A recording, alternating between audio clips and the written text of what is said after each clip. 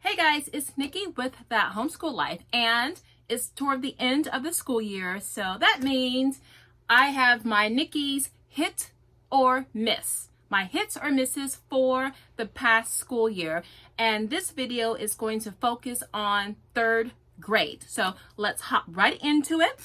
And while I'm getting situated, just so you know, this channel is all about homeschool, everything about homeschool, from curriculum reviews, hits and misses. I do vlogs, I do day in the life, I do product reviews, you name it. If it's about homeschooling, you're going to find it here on this channel. If not now, then eventually. Okay, so let's get into it. So starting with math.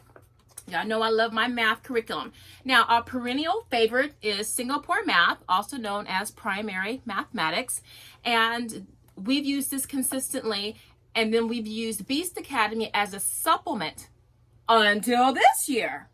So the roles switched. So the game done changed, y'all. So we now use Beast Academy as our spine and Singapore as a supplement. And in my future videos, when I do reviews, and I will be reviewing this, I will tell you exactly why this switch happened.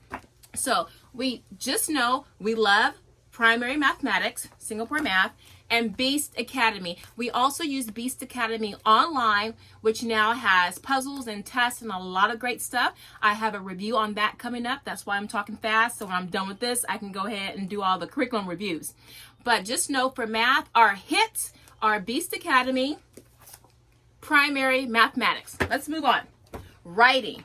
Now, y'all, my child is my third child, my third time teaching writing, and my first speed bump. This child was the most reluctant writer in the world. So in the fall, I had my son in a writing class, and he flourished in that class. He just needed someone, not his mama, to help get him going. So after that last semester, the fall semester, he started getting his chops. He started feeling himself. So I brought this out. Now, I brought this out in the fall, but he was kind of intimidated by it. No reason to be, but he was very reluctant. So I kind of put this away. We worked on the outsourced class. Then in January, he was like, Mom, because he liked the stories. I have the audio to these. There are books, not to get into a review, there are CDs that come with these books. And the CDs tell the stories in the book. And so he would listen to the stories, the fables in this case for this book, and he liked the stories, so he wanted to read about the stories in this book. So I was like, you want to read about it, hear about it, you got to write about it. And so I got him going with this. We love this series, Writing and Rhetoric by Classical Academic Press. I love this. I transitioned all of my kids to this writing curriculum. Now, my other two sons were already using this, so I knew the value of this. But this is phenomenal. I love this. You wait to, honey, y'all wait for the review on this. I'm gonna blow it out. Classical Academic Press, y'all need to call me because this is about to be a slam dunk. So, a big hit in our class, Writing and Rhetoric, Book 1 Fable. Normally you do a book a semester, but remember, we had a class going on, so that's why we've only just done book 1. All right, moving on. Reading. Look, okay.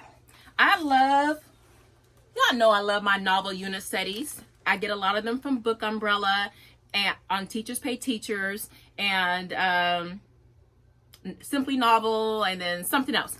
So we love our novels, okay? But when we started our history curriculum, and shout out to Candace from Homeschool on the Hill who recommended this to me, BookShark's history. BookShark is an all-in-one, but I only chose the history/reading component. And baby, if you use this, your reading allotment is going to, your additional reading allotment is going to drop. So normally I do a novel unit study every month, but because there are so many books to read in BookShark, I had to cut it down. So we did 5 novel unit studies as opposed to 9, or 8 rather. I do 4 a semester. And we did a lot of reading from here. And in my review, I'll talk about the books that are included in here. Very strong book list. So for reading, it was some unit studies and then a lot of reading from BookShark. Okay, so that's reading. Math, reading, writing. A surprise, y'all. Spelling. Now, if y'all remember from last year, check out the video on second grade hits or misses, right up there somewhere.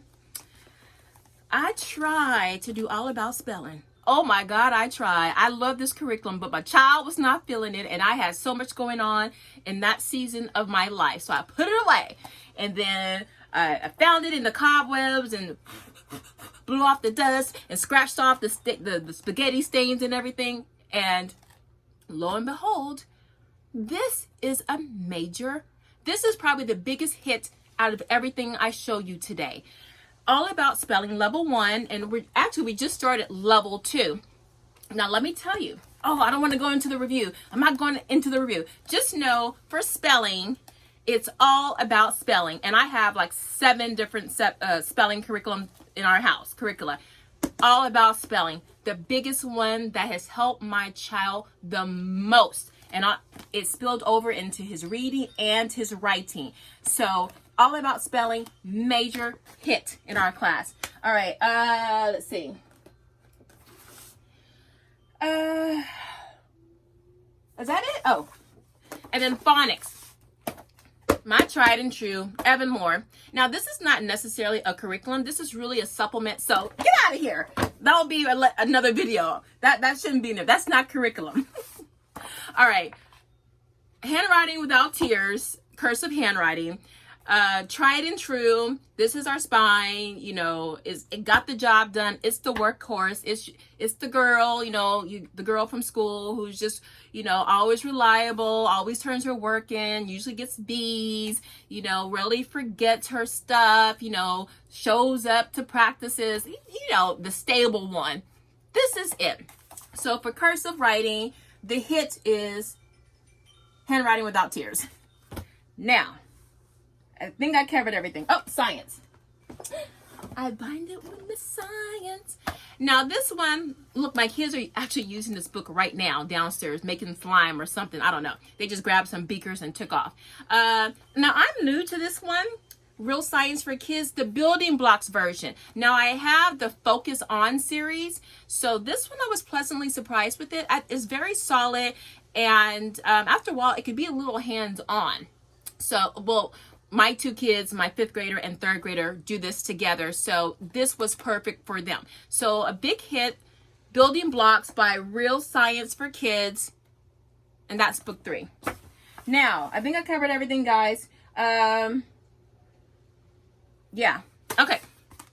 I only have one miss. Just one miss. And I so wanted to love you, Zayner. I wanted to make it work. Oh my gosh. I looked at this book. I saw the reviews. It was too much for my child. It was too much. I'm going into a review. It goes in my estimation, it went from 0 to 60 really fast, and my child was not ready for that. For 3rd grade, like if I started my son cursive in 2nd grade, this would be perfect. But in the beginning, for me and for him, it was just too much. So in the fall, I'll give this to him as just maintenance work to maintain his cursive chops. But to start off, it was too. When I do the review, y'all will understand. I think I covered everything, and then there were some things I didn't get to, not necessarily curriculum, but things like logic, typing, grammar. Grammar. Wait, did I do grammar? No, I didn't. Okay. Grammar. Okay, now I usually start formal grammar. I usually start grammar formally in 3rd grade. And I got a whole bunch of grammar books: Easy Grammar, Sequential Grammar, Fix-It Grammar, Evan Moore Grammar, too much grammar. But what I found with my curriculum, and I have a video coming, I got a slew of videos for you guys, is I decided to change my approach to how I choose curriculum and how I present it. And I found that having a picture, a whole picture, or a whole to parts approach was best for my kids. And that approach was through stories. So grammar, Michael Clay Thompson's a very well, highly regarded program. We did Grammar Island. I found that having stories and associations really,